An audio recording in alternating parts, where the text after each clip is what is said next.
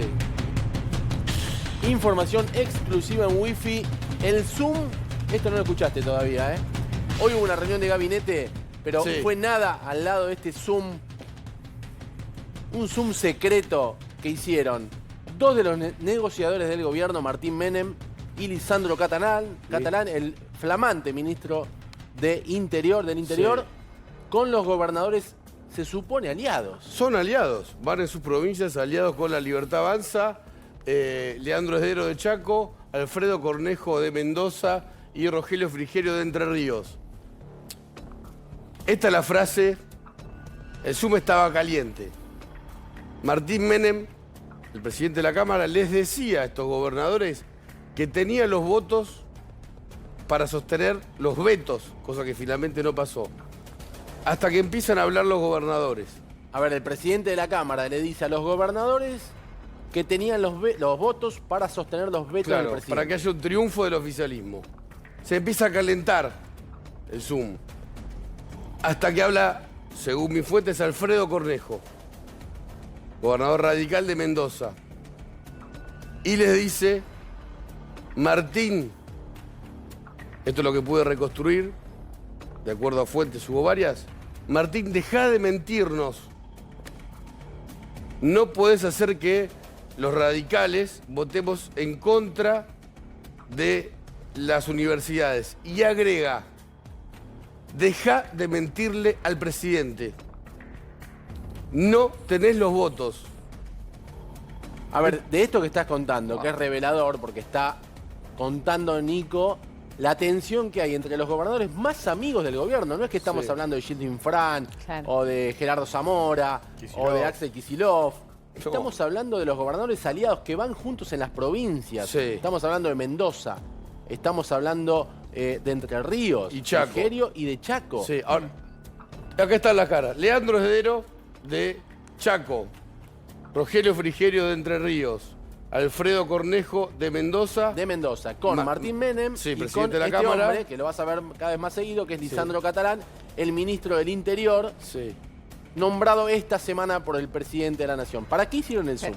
Para Martín Menem, entiendo que fue el que convocó para tratar Los de quiso convencer. persuadir a los gobernadores más cercanos y que van juntos en las elecciones ahora en octubre con La Libertad Avanza, que sus legisladores voten como quería el gobierno. Coincidieron todos, ¿eh? Se fue calentando. Él decía, según mi fuente Martín Menem, están los votos, tienen que acompañarnos. Todos dudaban. Hasta que Cornejo le dice esta frase, palabra más, palabra menos. Martín, dejá de mentirnos. Los radicales no podemos votar contra las universidades, que es una bandera de la UCR de hace muchos años. Y agrega esto, dejá de mentirle al presidente. Y coinciden todos, salvo Catalán.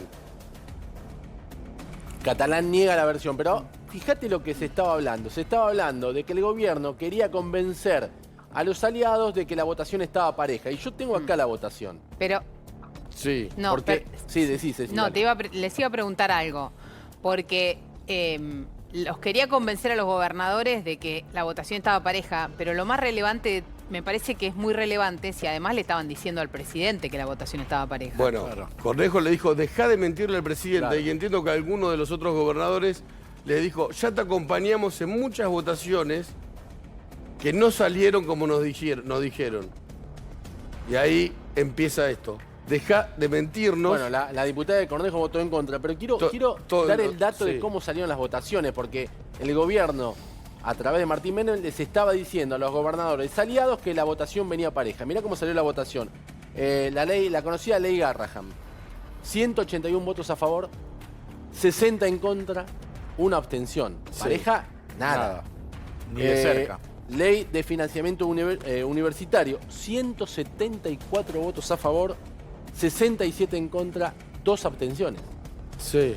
Los diputados que responden, digamos, a las 3 provincias, entiendo que votaron en contra de lo que quería el gobierno en financiamiento universitario, y algunos de otros legisladores de esta provincia, Mendoza, Chaco y Entre Ríos, en la cuestión del Garraham, algunos, hay que ver el conteo final, se ausentaron.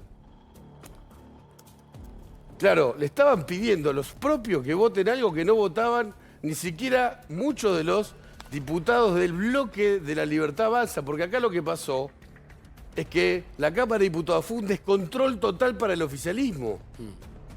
Se le fueron diputados libertarios. Acá hay una rebelión. A ver, yo me quiero detener en esta frase, que para mí es la frase, lo discutíamos en la reunión de producción. Martín, no le mientas más al presidente. Sí. Esto es revelador porque los gobernadores le están diciendo esto no viene de ahora. No. Esto viene de hace mucho tiempo. Y el gobierno, te cuento, que viene perdiendo votaciones en el Congreso desde abril. Sí. Y esto de perder votaciones lo hizo retroceder a Milei en términos electorales también. Porque Milei entendía hasta hace muy poco que la gente estaba contenta con su mandato. Claro. Y evidentemente el humor social empezó a cambiarse algunos meses y coincide, desde mi punto de vista, con la pérdida de poder en el Congreso, donde los gobernadores, los diputados y los senadores se empezaron a dar vuelta. Ni hablar del peronismo, que ya lo venimos contando, que hay un sector del peronismo que quiere que Milei se vaya ya. Sí. Pero esto es aparte, porque esto es con sus propios aliados. Estos son los aliados que habían estado en la Casa Rosada, los tres gobernadores, con Lisandro Catalán, el nuevo ministro del Interior, Guillermo Francos y el ministro de Economía, Caputo. En esa reunión, ya estos tres gobernadores le dijeron al gobierno, sí, miren que no están los números para sostener que no se financia el Garrahan y que no se financien las universidades, porque esa es otra cuestión. Poner la cara por esto y después tener que ir a hacer campaña en las provincias. Y ahí miraron todos a Francos y Caputo, el ministro de Economía, dijo, yo pienso igual, no están los votos. Estos 48 porque horas... el ministro de Economía, la sumamos a Cecilia, por supuesto, que tiene más información, hace tiempo que viene advirtiendo que la política está complicando sus planes. Y hoy, el plan de Caputo y de Milei y del presidente del Banco Central entró más en crisis que nunca, porque el dólar tocó el techo de la banda. Sí. Pasó el techo de la banda. Y esto preocupa a los mercados, preocupa a los inversores, preocupa a Estados Unidos. A los gobernadores. Y por supuesto preocupa a la gente, porque si el dólar sube, sabemos que tarde o temprano se traslada a los precios. Se disparó el dólar, el Banco Central vendió hoy 53 millones de dólares, no sé si... Exactamente, 53 millones de dólares después de que el dólar tocara el techo de la banda. El dólar tocó 1.474,50, exactamente, con una operación de 10 millones de dólares, y el Banco Central tuvo que intervenir. Hubo mucha tensión y mucho ruido en el mercado todo el día, con la idea de que ha habido una intervención muy grande, y el número finalmente fue el dato oficial, lo comunicó el Banco Central, y en esa publicación con las variables más importantes que hace todos los días, hoy desapareció el textito que decía sin intervención y dice 53 millones de dólares. Wow. 53 millones de dólares tuvo que poner el Banco Central en el techo de la banda. Ahora, Ceci se pasa todo el día hablando con banqueros, financistas, lobos de Wall Street. ¿Qué te dicen en off the record, Ceci? Hay mucha preocupación por cuánta capacidad tiene el gobierno de sostener ese techo de la banda.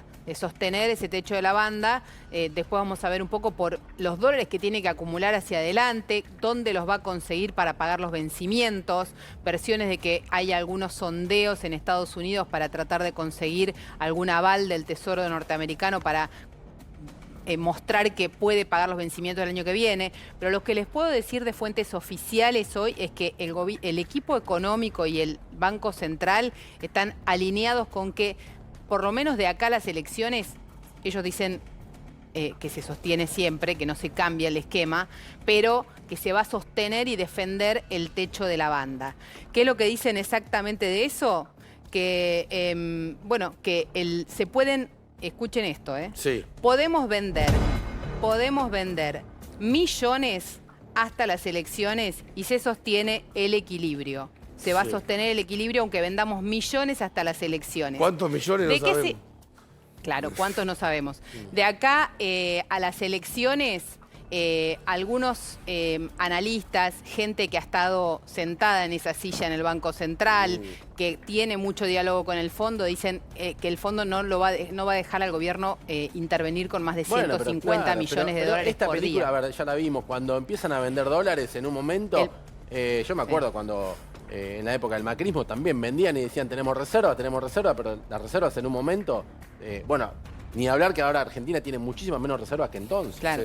Sí, y además que tiene ese dilema de que no sabemos cuánto permite el Fondo Monetario que se intervenga. Claro. Yo sí les digo que el respaldo del Fondo Monetario, aunque escuchemos muchas versiones locales, de lo que yo puedo saber de fuentes en Washington es que el respaldo del Fondo Monetario al gobierno y al equipo económico sigue siendo muy fuerte. Ahora, están mirando esto como una transición, como un momento de tensión política. Hasta las elecciones. Bueno, hasta las elecciones. La tensión política es evidente y le preocupa, lo decíamos antes, le preocupa a todo el sistema. Yo no sé mañana cómo van a abrir los mercados, pero hoy te veníamos contando... Sí. Ahora, otro dato, dale. Ahora, el gobierno también sostiene que se mantienen las suyas, ¿no? Y sigue con una posición bastante desafiante con el resto del consenso de los economistas que hoy dicen las bandas tienen que terminarse y son imposibles de sostener o hay que volver al cepo, cualquiera de las dos cosas. Tenés como las dos alternativas. Dice, 2 veces el consenso de todos los economistas decía que el dólar iba a ir al techo de la banda, una cuando abrimos el cepo, la otra el lunes después de las elecciones. No pasó ninguna de las 2 veces, así que, y lo que dicen es que, que eso no va a suceder, ¿no? Así que se mantienen en la posición. Sí. Se mantienen en la posición, tenemos los dólares para defender el techo de la banda, es lo que sostiene el equipo económico y tendrá que intervendrá todo lo que tenga que intervenir de acá a las elecciones. Ahora, vimos el dólar en el techo de la banda, vimos la intervención de los 53 millones. La verdad es que también el asunto es que lo que está mirando el mercado no es solamente riesgo político lo que hay acá, aunque para el ministro de Economía, coincido con lo que decía Santi, hay mucha preocupación por el desorden político que ha complicado a la economía, pero lo que está mirando el mercado es los vencimientos de deuda que tiene que afrontar la Argentina en lo que queda de este año y durante el año que viene. Hay un informe que da vuelta en todo el mundo financiero que lo hace la consultora 1816. Y fíjate ahí, lo que tenés es la cuentita exacta, sacándole todo lo que tiene de deuda el Estado con el mismo Estado para dejar lo mínimo indispensable y pensando que los organismos multilaterales te renuevan la deuda y todo, te dice ahí cuánto es lo que tiene que juntar de dólares el gobierno para pagar vencimientos. ¿Cuánto? 2.300 millones de dólares en lo que queda de este año y casi 13.000 millones de dólares el año que viene. Fíjate ahí la cuentita del 2020, lo que queda del 2025 y el 2026. ¿Dónde va? ¿Alguien le va a prestar plata a la Argentina? ¿Le van a prestar a la Argentina plata con este riesgo país? No, por eso es la preocupación. El gobierno va a tener que ir a comprar esos dólares o va a tener que conseguir una fuente de financiamiento extraordinaria. Si el gobierno tiene que ir a comprar esos dólares, el dólar va a subir y está en el techo ya. Y está en el techo y se suponía que iba a estar más cerca del piso que del techo. Esto lo decía el propio ministro de Economía. Sí. Lo decían en las reuniones del equipo económico. Está Damián Dipache con nosotros. Ahora vamos a repasar la intimidad de lo que pasó hoy en Casa Rosada, la intimidad de lo que pasó en el Congreso. Pero Damián, danos tu punto de vista de lo que está pasando. Hoy fue un mal día para el gobierno. Para nosotros el peor por distintas razones. Porque tuvo la marcha, porque le voltearon 2 vetos al presidente. Por aliados propios. Por aliados propios, por discusiones internas y porque la política claramente está muy desordenada en la Casa Rosada. Bueno, hay una tercera, sumo las que dijo Ceci, que también las ve el mercado. Probablemente si va a testear el mercado del techo de la banda y el Banco Central va a tener poder de fuego, bueno, siempre el mercado va a decir, bueno, si efectivamente va a intervenir, quiere decir que al techo de la banda nunca te va a convenir comprar porque después va a bajar, cada intervención va a estar jugando el mercado con el techo de la banda.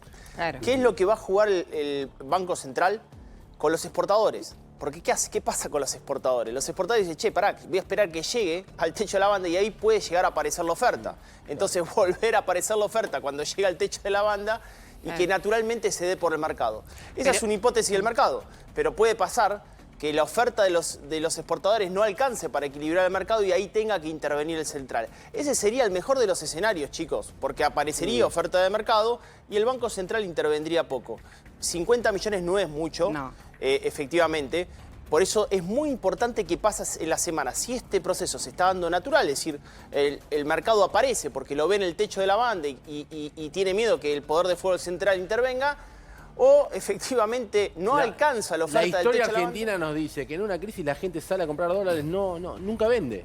O sea, bueno, porque vos lo que estás diciendo, Dami, sabés muchísimo más que yo, por supuesto, es... Si vos cobras una plata en pesos y decís, ¿qué hago con esta plata? ¿Vas a ir a buscar el dólar? O si tenés dólares, lo vendés. Bueno, esa es la pregunta. También hay una cuestión ahí que es la tasa de interés real en pesos. Ahora los plazos fijos están cediendo. Todavía sigue siendo positiva frente a la inflación.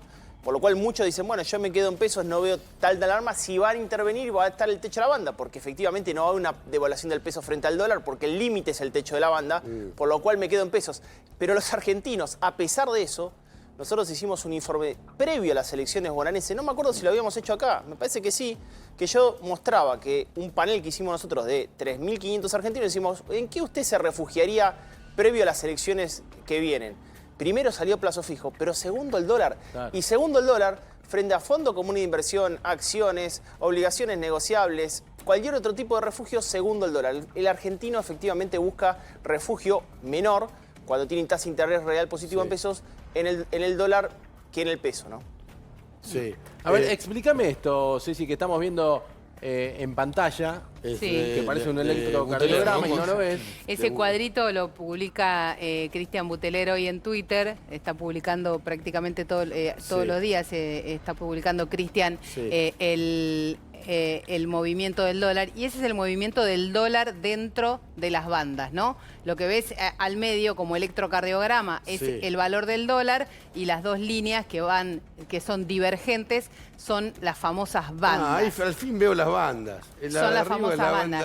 Si vos las ves... Esta es la banda, ¿cómo es? El techo de la banda. Ese es el techo de la banda. Está. Y este es el piso. Yo no las veía, ¿no? Mirá. Claro, mirá.